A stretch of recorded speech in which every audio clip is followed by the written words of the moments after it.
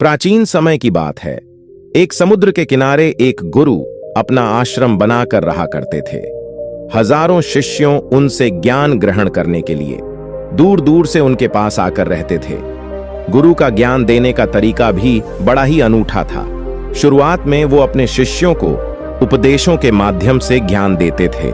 उसके बाद वो अपने शिष्यों को उस ज्ञान का अनुसरण करने के लिए कहते थे। उस ज्ञान को अपने व्यवहारिक जीवन में उतारने को कहते थे। एक बार उस आश्रम में एक सम्राट अपने बेटे को लेकर पहुंचा। उस सम्राट ने उस गुरु से प्रार्थना की कि आप मेरे बेटे को अपने आश्रम में रहने दें और अपने तरीके से उसे ज्ञान दें। उसे इस आश्रम में बिल्कुल भी ऐसा नहीं लगना चाहिए कि वो किसी सम्राट का बेटा है। उसे बिल्कुल साधारण शिष्यों की तरह ही ज्ञान देने की कृपा करें। गुरु ने मुस्कुराते हुए कहा कि सम्राट, ज्ञान इसी तरीके से लिया जा सकता है। अगर तुम अपने आप को दूसरों से बड़ा समझोगे तो तुम ज्ञान ग्रहण नहीं कर पाओगे। अगर तुम्हें ज्ञान ग्रहण करना है तो तुम्हें दूसरों की तरह अपने आप को साधारण समझना होगा। यही ज्ञान ग्रहण करने की सबसे पहली सीढ़ी होती है। तुम निश्चिंत रहो, आज से तुम्हारे बेटे की जिम्मेदारी मेरे कंधों पर रही। यह कहकर गुरु सम्राट के बेटे को अपने साथ लेकर समुद्र के किनारे टहलने के लिए निकल गए। आश्रम के बाकी सभी बच्चे उस सम्राट को देख रहे थे। सम्राट अपने बेटे को अपने रथ पर बिठाकर लाया था, जिससे सभी बच्चे समझ गए थे कि ये लड़का सम्राट का बेटा है। इसी वजह से आश्रम के सभी बच्चे सम्राट के बेटे की तरफ आकर्षित हो गए थे। जब गुरु सम्राट के बेटे को लेकर समुद्र किनारे पर टहल रहे थे तो सम्राट का बेटा अचानक फूट फूट कर रोने लगा, क्योंकि अभी वो सिर्फ 12 वर्ष का था और 12 वर्ष की आयु में उसके पिता उसे अपने से दूर छोड़कर चले गए थे। ये सदमा वो बच्चा सहन नहीं कर पा रहा था। वो नहीं समझ पा रहा था कि उसके पिता उसकी भलाई के लिए उसे उस गुरु के पास छोड़कर गए हैं। उसे रोते हुए देखकर गुरु ने कहा कि बेटा, मैं तुम्हें चुप नहीं कराऊंगा। हो सकता है कि आज मैं तुम्हारे आंसू पोंछ दूं, लेकिन कल तुम फिर अपने आप को अकेला पाओगे। याद रखना, जीवन में इंसान अकेला आता है और अकेला ही जाता है। जितनी जल्दी जो इंसान इस बात को समझ लेता है, वो उतनी जल्दी आत्मज्ञान के रास्ते पर निकल पड़ता है। गुरु ने अपनी बात आगे बढ़ाते हुए कहा कि जो इंसान अकेला रहना सीख लेता है वही खुद से प्यार कर पाता है, और जो खुद से प्यार करना जानता है वो किसी के भी जाने का अफसोस नहीं करता, क्योंकि वो खुद से ही प्यार करता है। धीरे धीरे तुम आश्रम के माहौल में ढल जाओगे। शुरुआत में तुम्हें समस्या आ सकती है, लेकिन कुछ दिनों के बाद तुम इसे आत्मसात कर लोगे। उसके बाद तुम्हें यही जगह बहुत अच्छी लगने लगेगी। ये जगह तुम्हें अपनी महल जैसी लगने लगेगी। संध्या हो चली थी। समुद्र के दूसरे छोर पर सूरज सीखने लगा था और अपनी लालिमा पूरे आसमान में बिखेर रहा था। बड़ा ही सुंदर दृश्य था और गुरु उस शिष्य को अपने साथ लेकर आश्रम में वापस लौट आए। उस शिष्य को भी थोड़ी शांत बना मिली, क्योंकि गुरु की आंखों में एक अभूतपूर्व शांति झलक रही थी। और जब हम किसी एकांतवासी गुरु के आंखों में वो शांति देख लेते हैं तो हमारे हृदय पर से भी सारा भार हट जाता है। मन एकदम निर्मल हो जाता है। जब सम्राट का बेटा रात्रि का भोजन करने के लिए भोजन कक्ष में पहुंचा तो आसपास के सभी शिष्य उसके पास आने लगे। उन सभी को पता था कि यह सम्राट का बेटा है और अगर हम इससे दोस्ती कर लेते हैं तो उससे हमारा बहुत फायदा होने वाला है। यही सोचकर आश्रम के ज्यादातर बच्चों ने उसे घेर लिया था। बस कुछ बच्चे जो अकेले रहने का महत्व समझते थे, जो दिखावे में विश्वास नहीं करते थे, वो उस सम्राट के बेटे के पास जाने की बजाय अपना पूरा ध्यान खाने पर लगा रहे थे और एकांत में बैठकर अपना भोजन कर रहे थे। कुछ दिनों के बाद सम्राट के बेटे की आश्रम के ज्यादातर बच्चों के साथ दोस्ती हो गई। अब वो आश्रम में उन बच्चों के साथ घूमता, उन्हीं के साथ अपना ज्यादातर समय बिताता। आखिरकार सम्राट का बेटा था, सुख सुविधाओं में पला बड़ा था। आसपास बहुत से दास और दासियां होते थे। आसपास अपने मित्रों से घिरे होना, वही दिनचर्या उसने इस आश्रम में भी अपना ली थी। ऐसा नहीं था कि गुरु को ये सब पता नहीं था, पर गुरु उसे अलग तरीके से ज्ञान देना चाहते थे। बच्चों को ज्ञान आप उपदेश देकर नहीं दे सकते, उन्हें साक्षात्कार कराना पड़ता है। उसके बाद उन्हें वो बात समझ आती है जो आप समझाना चाहते हैं। गुरु को यह बात पता थी कि अगर मैं इसे बोलकर बताऊंगा तो ये कभी समझ नहीं पाएगा। मुझे इसे दिखाना पड़ेगा, इसे एहसास कराना पड़ेगा कि अकेले रहने से ही तुम अपने शक्तियों को जान पाओगे। ये सीख देने के लिए गुरु एक दिन उस शिष्य को अपने साथ एक पहाड़ी की चोटी पर ले गए। पहाड़ी पर पहुंचकर गुरु ने उस शिष्य से कहा कि अब तुम्हारा ज्ञान पूरा हो चुका है, बस एक आखिरी रात तुम्हें यहां पर बितानी होगी। उसके बाद अगले दिन शाम को मैं तुम्हारे राजमहल में तुमको पहुंचा दूंगा। वो बच्चा तो ये सुनकर बहुत खुश हो गया कि अब मैं वापस अपने राजमहल चला जाऊंगा, फिर से मेरे दास और दासियां, सारे भोग की वस्तुएं मेरे पास होंगी। उस शिष्य ने गुरु से पूछा कि गुरुदेव, मुझे आज रात आप यहां पहाड़ी पर क्यों छोड़ रहे हैं? आखिर मुझे कौन सा आखिरी ज्ञान यहां से मिलेगा? गुरु ने मुस्कुराते हुए कहा कि यहां पर चट्टान के पीछे तुम्हें छिपकर बैठना होगा। यहां पर रोज रात को एक बांझ आता है, तुम्हें उस बांझ को देखना है, बड़ी गौर से देखना है, हर गतिविधि देखनी है। और उस बांझ को देखने के बाद अगले दिन अगर तुम उस बांझ की खूबियां मुझे बता पाए तो मैं तुम्हें तुम्हारे राजमहल वापस भिजवा दूंगा। और हां, सुबह आने से पहले एक बात पर और ध्यान देना है।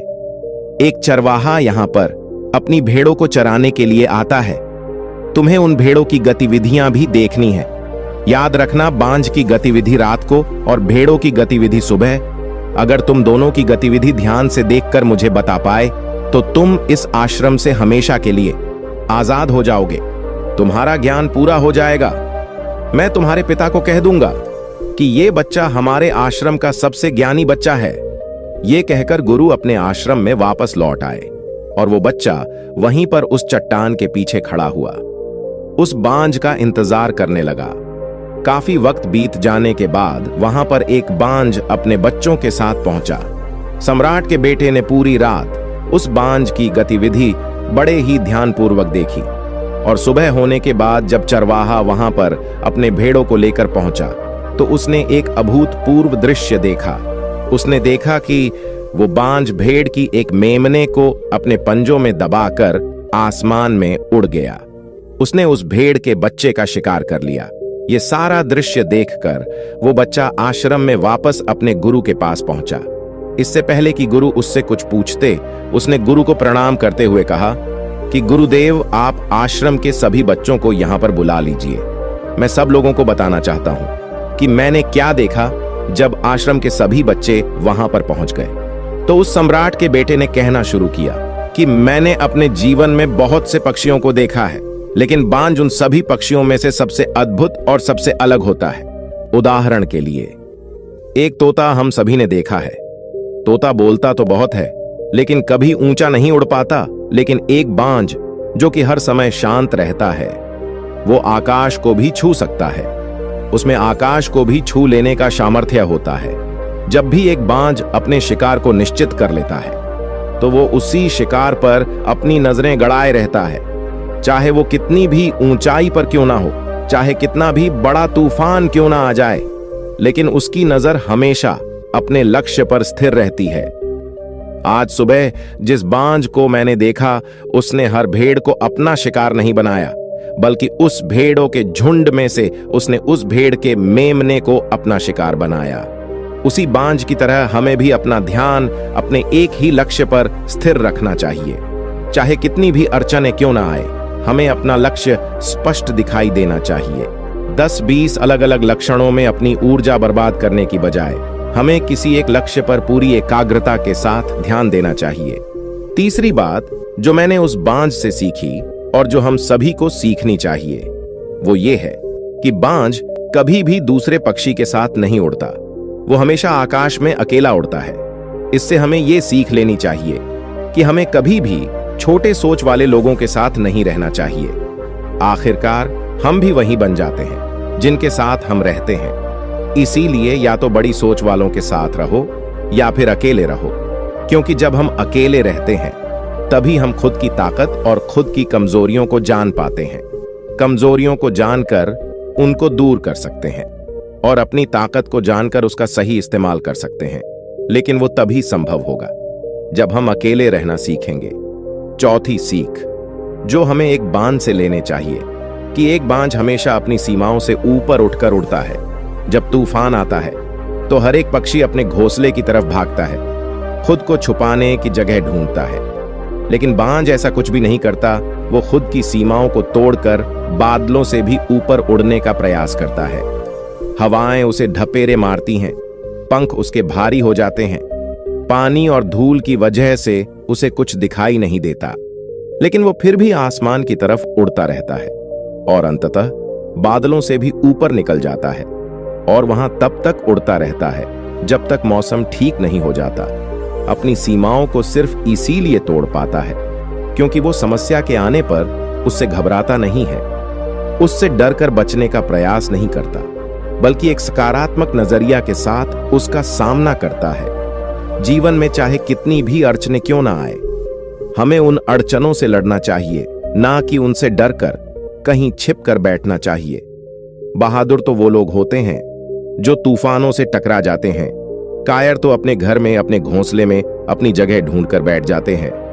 पांचवी बात जो हमें एक बांझ से सीखनी चाहिए कि बांझ कभी भी अपने घोंसले में घास के कोमल तिनके नहीं रखता। जो तिनके कोमल होते जाते हैं वो उन्हें निकाल कर फेंकता रहता है। उसी तरह चाहे कितनी भी आरामदायक जिंदगी आपको मिली हो, लेकिन उस आराम से ऊपर उठकर अपने आलस्य को तोड़कर जीवन में मेहनत करते रहना चाहिए।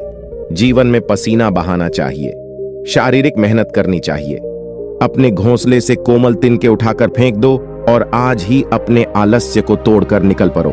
हर दिन अपने आप को चुनौतियां दो, हर दिन मुश्किलों से लड़ो, क्योंकि वही मुश्किलें तुम्हें मजबूत बनाएंगे। जंगल के राजा शेर को भी झुंड बनाकर शिकार करते हुए देखा जा सकता है, लेकिन बांझ हमेशा अकेला शिकार करता है, क्योंकि वो जानता है कि भीड़ हौसला तो देती है मगर साहस छीन लेती है।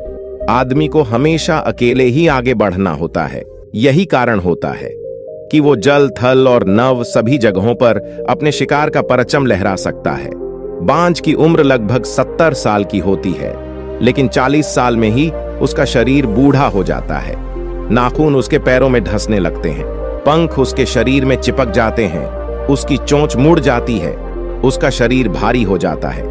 ऐसी स्थिति में शिकार करना तो क्या, उड़ने की भी हालत नहीं रहती। उसकी ऐसे स्थिति में उसके पास सिर्फ 2 ही विकल्प होते हैं। पहला, या तो वो खुद की इस अवस्था को स्वीकार कर ले और भूखा प्यासा मर जाए, या किसी दूसरे जानवर का शिकार बन जाए। और दूसरा विकल्प ये होता है कि वो 6 महीने एक बहुत ही दर्दनाक प्रक्रिया से गुजरे और खुद को फिर से पहले जैसा मजबूत बना ले। लेकिन बांझ तो बांझ है, वो दूसरा विकल्प चुनता है। इसके लिए वो खुद को एक बहुत ही ऊंचे पहाड़ पर ले जाता है, जहां वो पहले अपनी चोंच से अपने सारे पंख खींच खींच कर उखाड़ देता है और फिर चट्टान पर पैर मार मार कर अपने पंजे तोड़ देता है। उसके बाद उसी चट्टान पर अपनी चोंच को पटक पटक कर तोड़ देता है और इस लहू लुहान अवस्था में वो खुद को दूसरे जानवरों से छुपाता फिरता है। अगले 6 महीने तक वो इसी दर्दनाक प्रक्रिया से गुजरता है और इंतजार करता है नए चोंच, नए पंख और नए पंजों का। तब फिर वो अपनी नई जिंदगी शुरू करता है और निकल पड़ता है अपने शिकार पर और अगले 30 सालों तक फिर से राज करता है। इसलिए समय आने पर हमें भी अपने पुराने आदतों को छोड़ना पड़ता है और कुछ नया सीखना पड़ता है। समय के साथ बदलना पड़ता है, अपने आप को तैयार करना पड़ता है, वरना हमारा भी शिकार हो सकता है, हम भी पीछे रह सकते हैं। इसके बाद सम्राट के बेटे ने भेड़ों की विशेषता बताते हुए कहा कि भेड़ हमेशा झुंड में चलती है। उन्हें झुंड में एक साथ चलने से हिम्मत मिलती है, लेकिन जैसे ही उन पर शिकार होता है वैसे ही वो भेड़ तीतर बितर हो जाती है और उस पूरे भेड़ में से एक भी भेड़ अपने साथी की मदद करने के लिए वापस नहीं लौटती। इससे हमें ये सीख मिलती है कि हमारे साथ कितने भी लोग खड़े हो, किसी पर भी यकीन नहीं करना। यकीन करना तो खुद पर करना, क्योंकि बुरा समय आने पर वो भेड़ कब तीतर बितर हो जाएगी आपको पता ही नहीं चलेगा। गुरु को प्रणाम करते हुए सम्राट के बेटे ने अपने गुरु से कहा कि गुरुदेव, अगर मुझसे कोई सीख रह गई हो तो कृपा करके आप बताने की कृपा करें। गुरु ने सभी बच्चों को संबोधित करते हुए कहा कि ये सभी बातें जो अभी इस बच्चे ने बताई है वो सब सही है, लेकिन ये सारी खूबियां आप लोगों में तभी पैदा हो पाएगी जब आप अकेले रहने का अभ्यास करेंगे। आपने देखा होगा कि बांझ कभी भी किसी दूसरे पक्षी के साथ नहीं रहता, ना ही किसी के साथ अपनी जोड़ी बनाता। वो आसमान में अकेला उड़ता है और अकेला उड़ने की वजह से वो अपनी ताकत और अपने कमजोरी को जान पाता है। इसके बाद गुरु ने अपनी बात खत्म करते हुए कहा कि मैं आज रात इस सम्राट के बेटे को इसके राजमहल में छोड़ने के लिए जा रहा हूं, क्योंकि इसकी सीख यहां पर पूरी हो गई है। और यह कहकर गुरु उस सम्राट के बेटे का हाथ पकड़कर राजमहल की तरफ रवाना हो गए और बाकी के सभी बच्चे उन्हें पीछे से जाते हुए देखते रह गए। तो दोस्तों, आज के वीडियो में बस इतना ही। उम्मीद है आपको यह वीडियो पसंद आई होगी। अगर पसंद आई होगी तो वीडियो को एक लाइक करना मत भूलिएगा। मुझे उम्मीद है कि आपको यह कहानी पसंद आई होगी और काफी कुछ सीखने को मिला होगा। कहानी के बारे में अपने विचार आप हमें नीचे कमेंट बॉक्स में कमेंट करके बता सकते हैं। नमो बुद्धाय।